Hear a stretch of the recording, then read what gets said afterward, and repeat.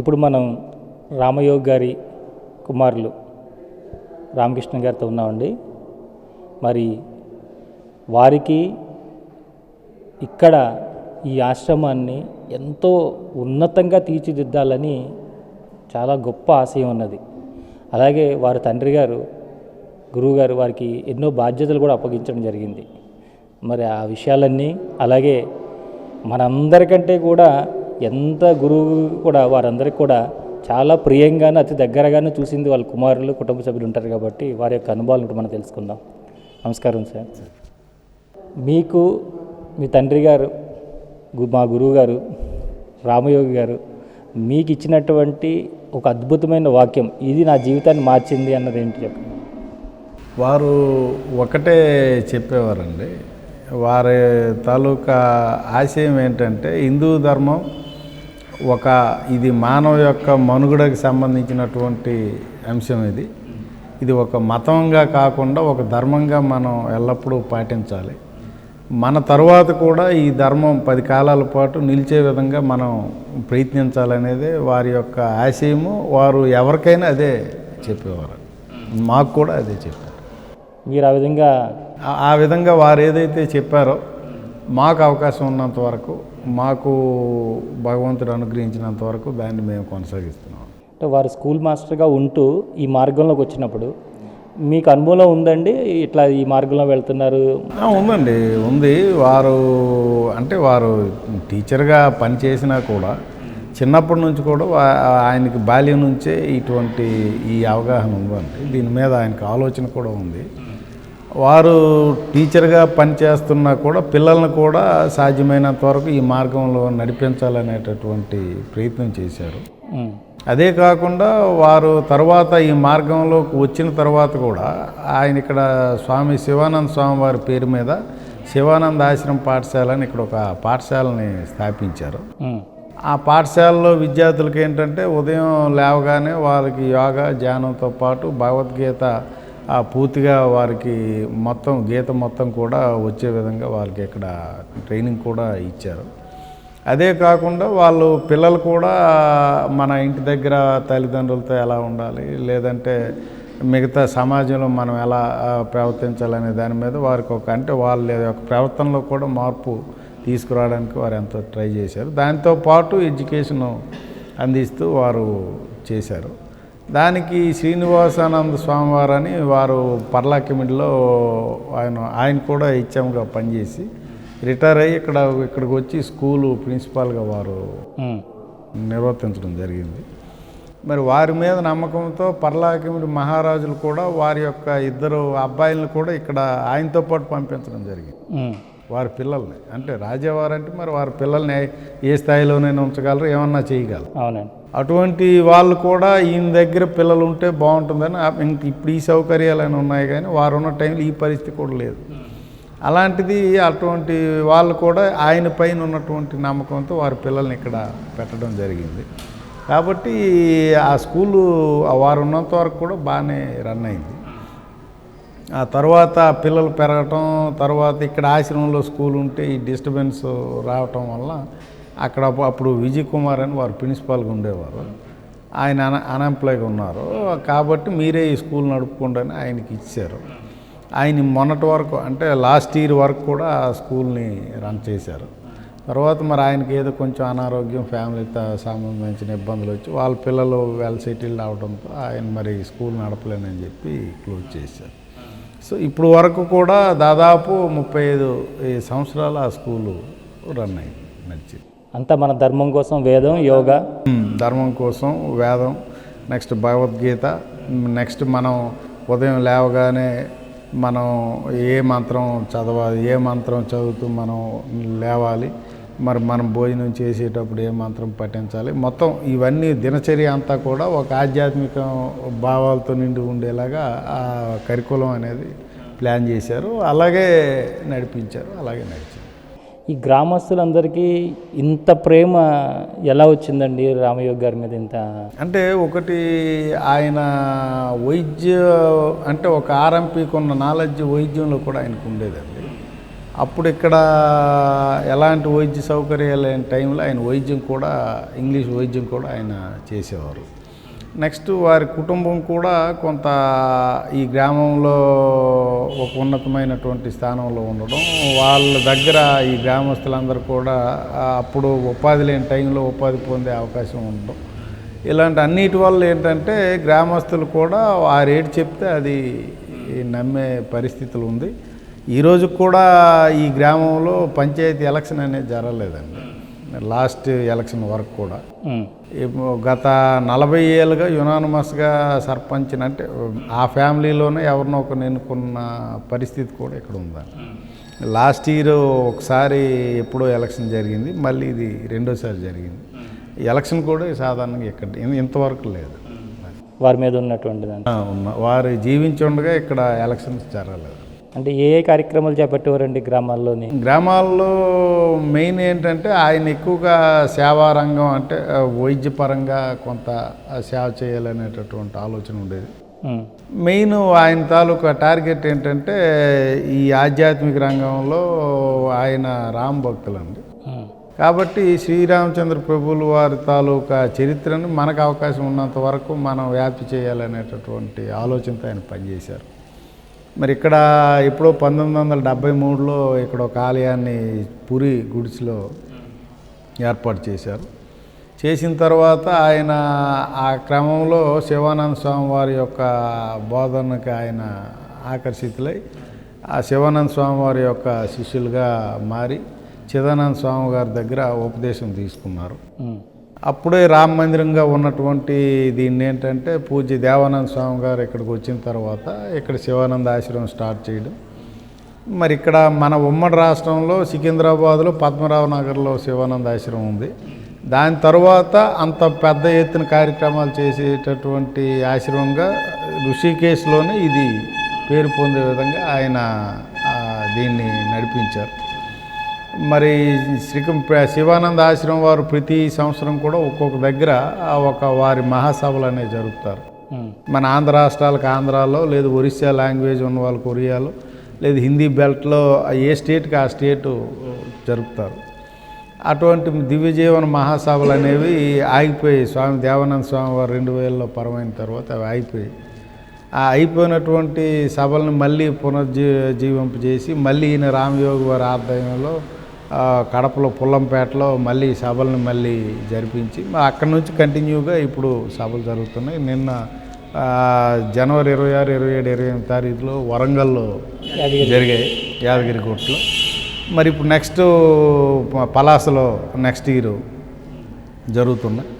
ఇంకా మేము నిర్వహిస్తామనేటటువంటి ఇంట్రెస్ట్తో ఇప్పుడు దాదాపు ఒక 3-4 ఇయర్లు వరుస రిజర్వ్ చేసుకున్న పరిస్థితి ఉంది. కాబట్టి ఆయన తాలూకా ఏదైతే ఆలోచన ఆయన తీసుకున్నారో ఆ ఆలోచనని 100% నడుస్తుంది.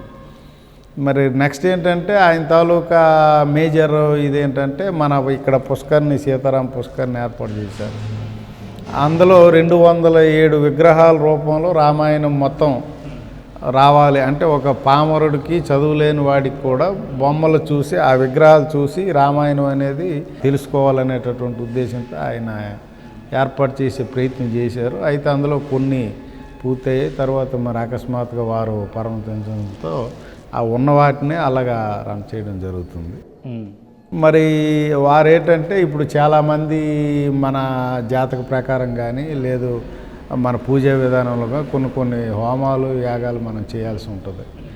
అటువంటి వాళ్ళకి ఏంటంటే అది చాలా ఖర్చుతో కూడుకున్నది. కొంత ఋత్వికులు అవంతా వాళ్ళు వ్యక్తిగతంగా భరించలేరు. కాబట్టి ఈ కార్యక్రమంలో 11 రోజుల పాటు సీతారాం మహాయజ్ఞం అని పెట్టి అందులో వాస్తు పూజ కానీ, సూర్య నమస్కారాలు కానీ, మరి మహాలక్ష్మి కుంకుమ ఆరాధన కానీ, మరి పిల్లలు లేనటువంటి దంపతులకి పుత్రకామేష్టి యాగం కానీ, నవగ్రహ హోమం కానీ, చండీ హోమం కానీ, ఇలాగా ఒక్కొక్క రోజు ఒక్కొక్క హోమం ప్రత్యేకంగా తీసుకొని ఆయన డిజైన్ చేయడం జరిగింది. అవి 11 రోజులు కూడా 11 రకాలైనటువంటి హోమాలు జరుగుతాయి. మరి జాతక అవసరాలు రీచ్ కానీ లేదంటే వాళ్ళు పాల్గొనలేటటువంటి కోరికతో కానీ ఎవరైనా అందులో పాల్గొనవచ్చు. దానికి ఏంటంటే ఎటువంటి రుసుము ఉండదు. వారు పూజా సామాగ్రి వారు తెచ్చుకోవచ్చు. ఒకవేళ వాళ్ళు తెచ్చుకోలేకపోతే మినిమం ఒక 500 రూపీస్ 600 రూపీస్ ఆ పూజా సామాగ్రి వరకే తీసుకొని వారికి అవి ప్రొవైడ్ చేసి ఆ హోమాలు అనేది అది వారు ఉన్నప్పటి నుంచి జరుగుతున్నాయి. ఇప్పుడు కూడా అది కంటిన్యూగా జరుగుతుంది. ఈ సంవత్సరం ఎప్పుడు చేస్తున్నారండి? ఈ సంవత్సరం యాక్చువల్గా శ్రీరామనవమి సందర్భంగా చేస్తున్నామండి. జనరల్గా కొందరు ఏంటంటే ముందు ప్రారంభించి శ్రీరామనవమితో కార్యక్రమాన్ని ముగిస్తారు. మరి ఇక్కడ ఏంటంటే శ్రీరామనవమితోనే ప్రారంభం అవుతుంది. మనకి ఈ సంవత్సరం ఏప్రిల్ 23న తెప్పోత్సవం అనేటటువంటి కార్యక్రమం ప్రధానం జరుగుతుంది. ఈ శ్రీరామనవమికి ఏంటంటే 11 రోజులు సీతారామ మహాయజ్ఞం చేస్తాం. అందులో ఇప్పుడు మనం చెప్పినట్టు ఈ యాగాలన్నీ కూడా జరుగుబడతాయి. ఇది కాకుండా కోటి విష్ణు సహస్రనామ పారాయణం అనేది శ్రీరామనవమికి ప్రత్యేకంగా మనం ఏర్పాటు చేస్తాం. అది కాకుండా 1,00,000 దీపారాధన, 1,00,000 దీపాలు ఈ వెలిగించేటటువంటి కార్యక్రమం కూడా జరుగుతుంది. దాంతోపాటు తెప్పోత్సవం సీతారామచంద్ర ప్రభువుల వారు భద్రాచలంలో ఏ విధంగా అయితే తెప్పోత్సవం జరుగుతుందో అదేవిధంగా ఇక్కడ జరగాలని చెప్పి వారు సంకల్పించారు. అది తెప్పోత్సవం వైభవంగా మందుగుండు విన్యాసాలు కానివ్వండి, ఆ రోజే భారీ ఆధ్యాత్మిక బహిరంగ సభ నిర్వహించడం జరుగుతుంది. మరి మన రాష్ట్రంలో లబ్ధ ప్రతిష్ఠలు అయినటువంటి స్వామీజీలు కానీ వీరిని మనం తేవటం జరుగుతుంది. వాళ్ళ ద్వారా ఇక్కడ ఉన్నటువంటి భక్తులకి ఒక ఆధ్యాత్మిక ధర్మ సందేశాన్ని ఇప్పించడం జరుగుతుంది. ఇది ప్రతి సంవత్సరం కూడా రెగ్యులర్గా జరిగేటటువంటి కార్యక్రమాలు. రామయోగి గారు చేసినటువంటి వాటిల్లో ఇది వీరు తప్ప ఇంతవరకు ప్రపంచంలో ఎవరూ చేయలేదు అనేటటువంటి కార్యక్రమం ఏదైనా మీకు గుర్తుందండి? ఉన్నాయండి చాలా. అంటే ప్రపంచంలో ఎవరో చేయలేదని మనం చెప్పలేం, కానీ కాకపోతే మన పరిధిలో అది అద్భుతంగా ఉండేటటువంటి కార్యక్రమాలు వారు చాలా చేశారండి. ప్రధానంగా ఏంటంటే ఇప్పుడు ఈ భగవద్గీత పిల్లలకి నేర్పే ప్యాటర్న్, ఒక స్కూల్ విధానం అనేది వారు ఏర్పాటు చేయడం జరిగింది స్కూల్ పిల్లల కోసం. అదేవిధంగా శ్రీరామ పూజా విధానం అని వారు ఒక పూజా విధానం బుక్నే వారు ప్రింట్ చేశారు. అదేంటంటే అంటే మనకి చాలా గ్రామాల్లో రామ మందిరాలు మనం కట్టినా నిర్మించినా కూడా ఎలా పూజ చేయాలి ఏంటనేది వారికి కొంత అవగాహన ఉండే అవకాశం తక్కువ. కాబట్టి ఏంటంటే ఆ బుక్ పట్టుకుంటే మనం మొత్తం పూజా విధానం మొత్తం ప్రారంభం నుంచి హారతి వరకు కూడా ఒకదాని తర్వాత ఒకటి క్రతువు ఎలా చేయాలనేది ఆయన ఒక ప్యాటర్న్ చేశారు. అదేవిధంగా మనకి అయ్యప్ప స్వామి వారికి ఎలాగైతే శరణఘోష ఉంటుందో అదేవిధంగా శ్రీరామచంద్ర ప్రభుల వారికి ఒక శరణఘోష టైప్లో మొత్తం రామాయణం మొత్తం కూడా వచ్చేలాగా ఒక ప్రార్థన విధానం వారు ఏర్పాటు చేయడం జరిగింది. ఇక్కడ మరి అదే ప్రార్థన విధానంలో జరుగుతుంది. కాబట్టి వారు ఆ విధంగా కొంత ఒక మార్పులు తీసుకొచ్చేటటువంటి ప్రయత్నం అయితే చేశారు. ఈ మరి నిత్యం సత్సంగాలు పెట్టాలి, మళ్ళీ ప్రతి నెలలోని మొదటి ఆదివారం సత్సంగాలు పెట్టాలి, ఇవన్నీ అప్పటి నుంచి జరుగుతున్నాయి. వారు ఉన్నప్పటి నుంచి జరుగుతున్నాయండి. అంటే ఇప్పుడు వారు ఏంటంటే ఇప్పుడు ఇక్కడ ఆశ్రమాన్ని ఏర్పాటు చేసిన తర్వాత ఇక్కడ ప్రతి నెల కూడా మొదటి ఆదివారం నాడు ఇక్కడ సత్సంగ కార్యక్రమం అనేది వారు ఏర్పాటు చేశారండి. వారు ఏంటంటే వృత్తిరీత్యా ఉపాధ్యాయులు అయినప్పటికీ కూడా ప్రతిరోజు కూడా ఉదయం స్కూల్ అయిపోతే నైటు ఏదో ఒక గ్రామం పోయి సత్సంగ కార్యక్రమాలు ఫస్ట్లో ఎవరికి పరిచయం లేకపోయినా ఆయన నలుగురిని పోగేసి పిలిచి ఆ గ్రామంలోకి వెళ్ళి వాళ్ళని పిలిచి వాళ్ళతో సత్సంగ కార్యక్రమం ఏర్పాటు చేయడం జరిగింది. రాను ఏంటంటే వాళ్ళే తెలుసుకొని ఏ గ్రామంలో కూడా 100 మంది 150 మంది 200 మంది ఆ గ్రామం పరిధి బట్టి వచ్చి ఆ సత్సంగ కార్యక్రమంలో పాల్గొనేటటువంటి ఇదే జరిగింది. ఆ తర్వాత ఏంటంటే మన ఆశ్రమానికి అనుబంధంగా 4-5 ఆశ్రమాలు ఏర్పడ్డాయండి మనకు అనుబంధంగా. అందులో ప్రధానంగా ఏంటంటే మన నరసనపేట దగ్గర పిన్నింటిపేట చింతవానిపేట అని అక్కడ ఒక ఆశ్రమం వారు రామయోగి సేవాశ్రమం అని ఆయన పేరు మీద వాళ్ళు ప్రారంభించడం జరిగింది. అక్కడ ఏంటంటే సత్సంగ కార్యక్రమం ఆయన 2వ ఆదివారం నాడు అక్కడ ఏర్పాటు చేశారు. అదేవిధంగా బుడితిలో 3వ ఆదివారం బుడితి అని చెప్పి అక్కడ ఏర్పాటు చేశారు. అదేవిధంగా 4వ ఆదివారం అక్కడే పిన్నింటిపేట దగ్గర ఆ పక్కనే ఇంకొక గ్రామంలో వారు ఏర్పాటు చేశారు. నెక్స్ట్ 5వ ఆదివారం ఒక్కరోజు ఉంటే ఊడికెళ్ళిపోవడని చెప్పి అక్కడ వాళ్ళు ఈ సంవత్సరంలో 5వ ఆదివారం ఎక్కడ వస్తే అక్కడ అప్పుడు వాళ్ళు ఏర్పాటు చేశారు. ఇలాగేంటంటే ప్రతి గ్రామంలో కూడా ఇప్పుడు ఏంటంటే 2వ ఆదివారం 3 గ్రామాల్లో జరుగుతుంది. గొనపేట అని నర్సనపేట దగ్గర వాళ్ళు చేస్తున్నారు. అదేవిధంగా టెక్కల్లో కూడా వాళ్ళు చేస్తున్నారు. అలాగేంటంటే అసలు ఈ సత్సంగం అనేటటువంటి కార్యక్రమం అనేది ఋషికేశ్ శివానంద ఆశ్రమం తాలూకా పరంపర వచ్చింది. అది దాన్ని మన గ్రామాల్లో పరిచయం చేయటం అనేది మరి వారు చేసినటువంటి కృషే.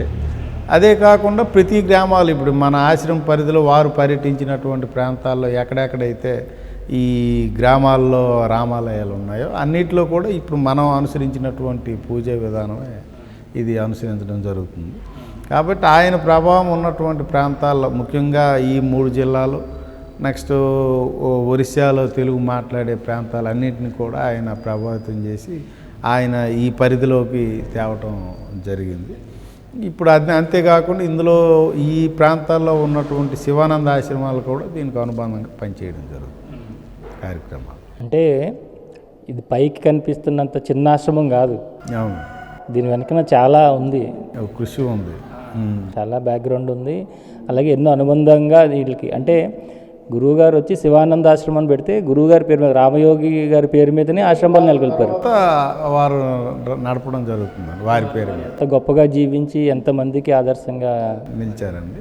వారు ఒకసారి పుట్టపర్తి వెళ్తే వారు సాయిబాబా గారు పుట్టపర్తిలో ఉంటూ మొదట్లో వారు ఏదో అక్కడ సేవా కార్యక్రమం ఏదో చేస్తున్న టైంలో స్వామి వారి దగ్గరికి వచ్చి మీరు చేయాల్సింది వేరే ఉంది, మీరు ఎప్పుడు పుట్టపర్తి మరి రాకండి అని చెప్పారట.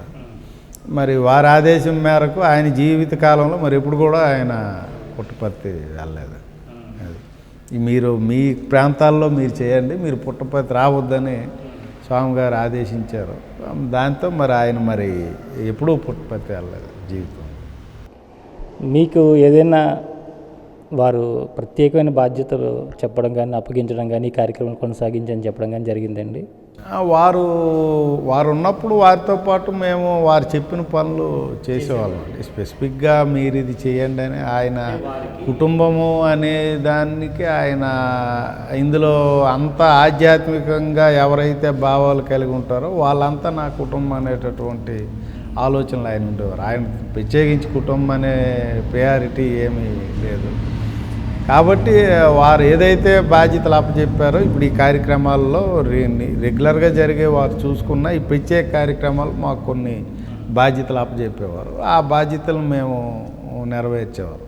అంతకు మించి ఆయన కుటుంబం అనేది ప్రయారిటీ ఏం లేదు. ఆయనకి ఏంటంటే ఎవరైతే ఆయనతో ఫాలో అవుతారో, ఎవరైతే మెయిన్ ఈ భావజాలం కలిగి ఉంటారో వాళ్ళే ఆయన కుటుంబంగా భావించే పరిస్థితి.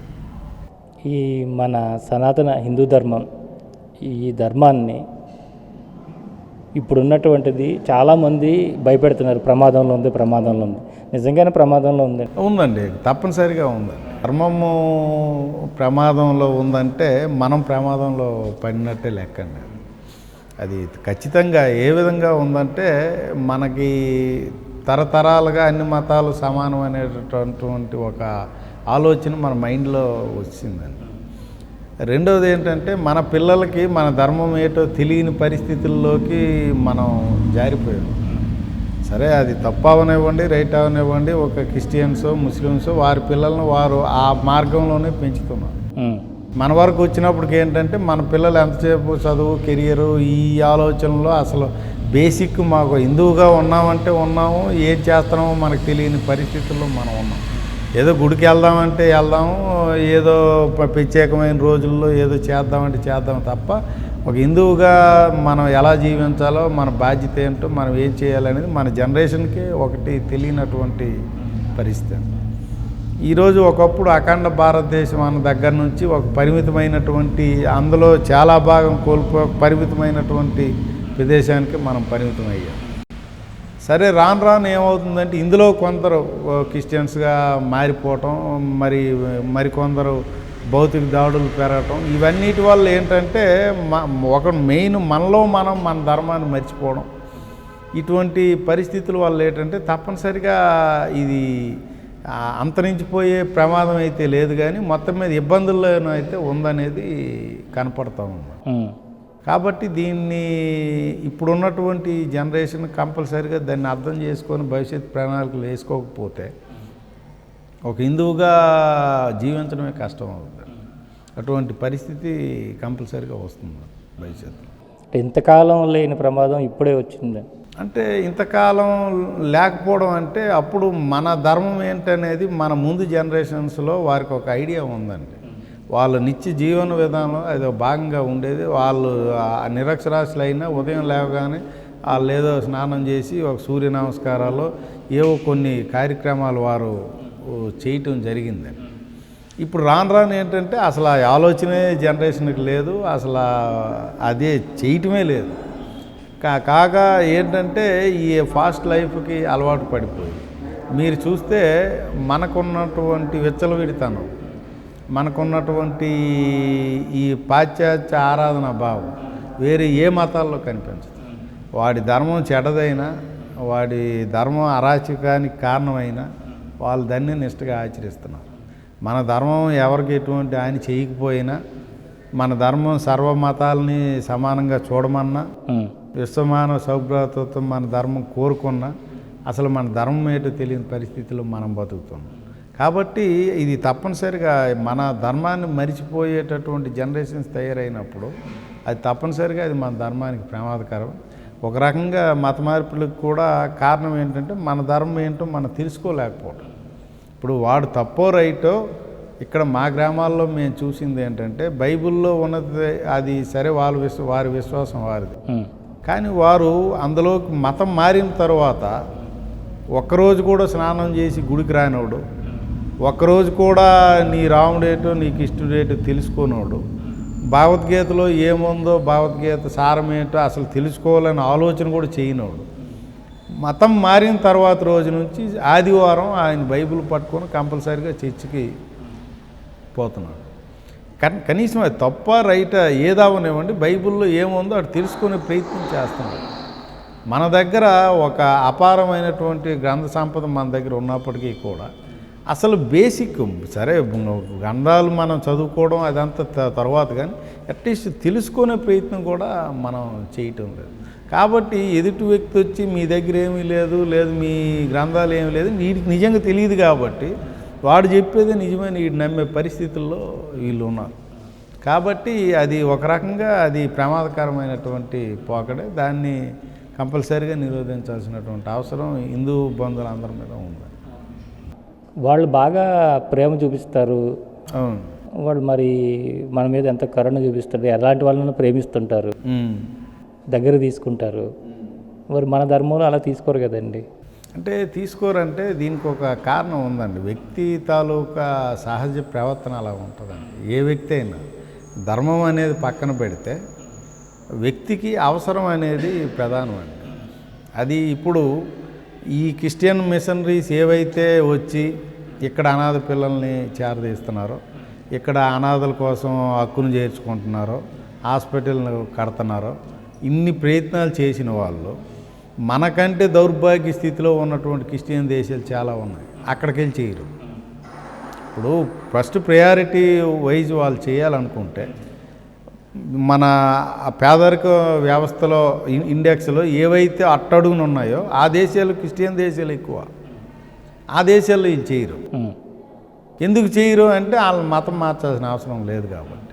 ఇక్కడ ఎందుకు చేస్తారు అంటే ఇక్కడ మతం మార్చాల్సిన అవసరం ఉంది కాబట్టి. ముస్లిం దేశాల్లో చేయలేరు, ఎందుకంటే మరి అక్కడికి వెళ్ళి సువార్త చెప్తే ఆడు మరి ఇంటికి రాడు. కాబట్టి చేయగలిగే అవకాశం ఎక్కడైతే ఉందో అక్కడ మాత్రమే ప్రేమిస్తారు, అక్కడ మాత్రమే అందరినీ హక్కును చేర్చుకుంటారు. కాబట్టి ఇది అవసరం. ఇక్కడ వాళ్ళ ప్రాధాన్యత మతం మార్చడం అనేది అవసరం కాబట్టి ప్రేమిస్తారు. అదే క్రిస్టియన్ దేశాలు ప్రేమించరు. ఇప్పుడు అక్కడ కూడా అంటరానితనం వేరే రూపంలో ఉంది. మన దగ్గర ఏంటంటే ఒక కులం రూపంలో ఉండి కొన్ని కులాలు అంటరానితన కులాలుగా చూపించబడితే అక్కడ వర్ణం రూపంలో నల్లోడు తెల్లోడు అనేటటువంటి ఒక వర్ణం రూపంలో అక్కడ అంటరానితనం ఉంది. అక్కడ కూడా జింబాబ్వే లాంటి దేశాల్లో తెల్లోలు 10% అటు ఇటుగా ఉన్న నల్లవాళ్ళు 80% అటు ఇటుగా ఉన్న అక్కడ భూములన్నీ కూడా ఆ తక్కువ ఉన్నటువంటి పర్సంటేజ్ తెల్లవాళ్ళ చేతుల్లో ఉన్నాయి. బానిసలుగా వ్యక్తులను అమ్మేటటువంటి సంస్కృతి అక్కడే ఉంది, అటువంటి దేశాల్లో ఉంది, దక్షిణాఫ్రికా, జింబాబ్వే లాంటి దేశాల్లో ఉంది.